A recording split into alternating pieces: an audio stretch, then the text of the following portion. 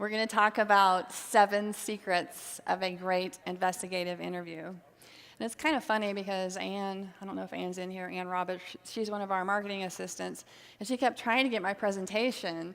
She's like, I need your presentation to put on the blog for the attendees to download. And I'm like, Ann, it's a secret.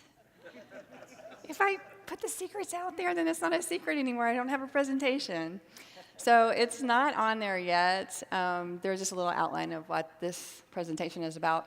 But after I give you all the secrets, I will give it to Ann and she'll upload it. I think they're also videotaping it, so it'll be on the YouTube channel. You have plenty of opportunities to look at it. Okay, one thing I want to mention is all of these secrets are baked into the TapRooT 12-step interview process. And you all have a dictionary, right? So you look in the back of the dictionary, and the 12-step process is there for you to use. So don't forget to use that resource when you're doing your investigative interviews.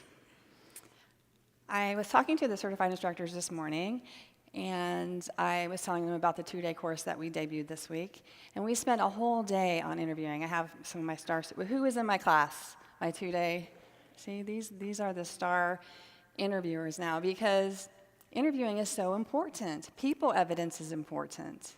But you don't want to base your entire investigation on a couple of interviews. You want to pull some other evidence in too. But it's worthwhile spending some time to become a super effective interviewer. So I'm going to share my secrets with you. Secret number 1, effective listening equals effective interviewing. It seems pretty simple, huh? And I'm not just talking about effective listening for secret number 1 because my audience is predominantly male, because I know none of you, the guys in here have significant others that say, you never listen to me, right? Someone back there didn't hear that. Okay, well, ladies, I actually have some research on this topic. Men listen with the left side of their brain. Women listen with the left and the right sides of their brain. So if you think your spouse, ladies, is not listening to you, that's the information that you need to know that you are scientifically correct. And you can take that back from the summit. Twice as effective. And of course, I'm just teasing all of you. Effective listening is a learned skill. Now, women may have a little bit of an advantage because they listen with the left and the right side of their brain, but they're not born effective listeners. So we have to work just as hard as the men to become good at listening. But as we learned yesterday when Boaz was talking to us at lunch, it's not about us, right? It's about the other person. Listening is important. Let's dive into this a little bit. One tip for becoming a more effective listener is to listen for qualifying words. So you can actually start looking for qualifying words when you receive a witness statement. We call it in TapRooT the initial observation form, if you use our form for that.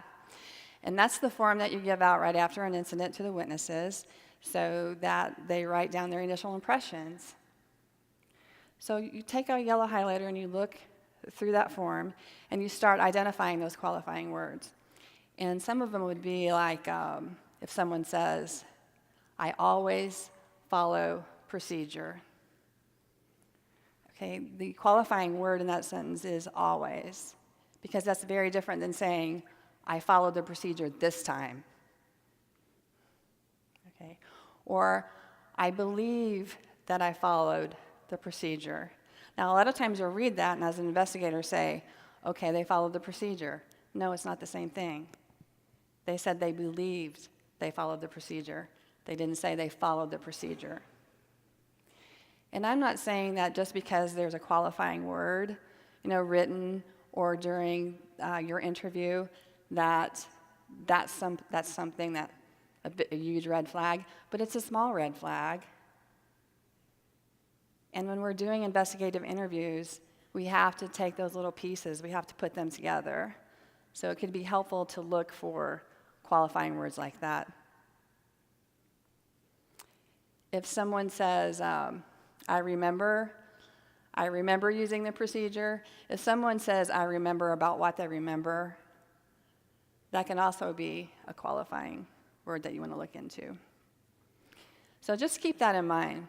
When you get your witness statements back, take your yellow highlighter and just start looking through those words words that may make it not as a reliable or a believable of a sentence. Okay? Let's look at the second thing. Don't plan what to say. You know, ladies, I know that we work with both sides of our brain, but one side of it isn't supposed to be, listening, and the other side is planning to ask a question, right? We want to be fully focused in on the interviewee. We don't want to be thinking in our head, what am I going to ask next? Because in the beginning of an interview, you're asking for a narrative. You're asking them to tell you the story about what happened. And you're sitting and you're listening. And you just keep listening, and then that will help you develop the questions that you need to ask.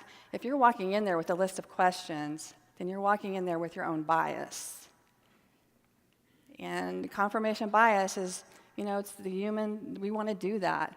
We want to find evidence that supports our idea of what happened.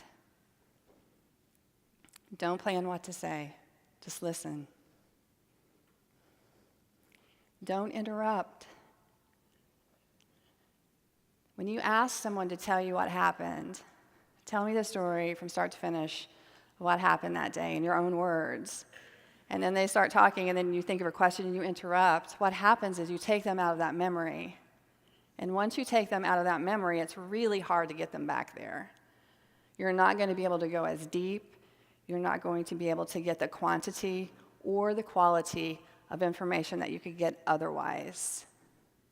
So if you don't take anything else from these secrets, remember, when someone's telling you the narrative, when someone's telling you the story, don't interrupt. Give neutral and regular feedback. Doesn't it make you feel uncomfortable when you're talking to someone and they're just standing there? They're not giving you any feedback, they're just looking at you. So part of a successful interview is making your interviewee feel comfortable to talk to you. And so neutral and regular feedback would be looking at them, nodding, But stay away from words like good, right, when they're telling you a story. Because once you tell them that they're right, then that could lead them a little bit. It can influence them to go on that same path that they're talking about. So you want to be very careful to be very neutral, like, okay, and then what happened? So that's secret number one. Effective listening equals effective interviewing. And I did make it secret number one because if you're not an effective listener, nothing else is going to matter. Why does this work? Well, it builds trust and respect. When someone feels listened to, then they trust and they respect you, and it's easier to get information from people who trust and respect you. If you're not trusted and respected, you're not going to get any information. It helps diffuse conflict. It's the number one question that I get. What do I do if I have a witness that doesn't want to talk to me? Well, you have to spend some time, listening to them, and this next secret will help with that too. That will help diffuse the conflict. Number 3, it offers information for developing effective follow-up questions. Like I said, when you go into an interview, don't have a list of questions that you're going to ask. You're going to evaluate your snap chart and find out where those gaps are and find out the pieces of information that is missing.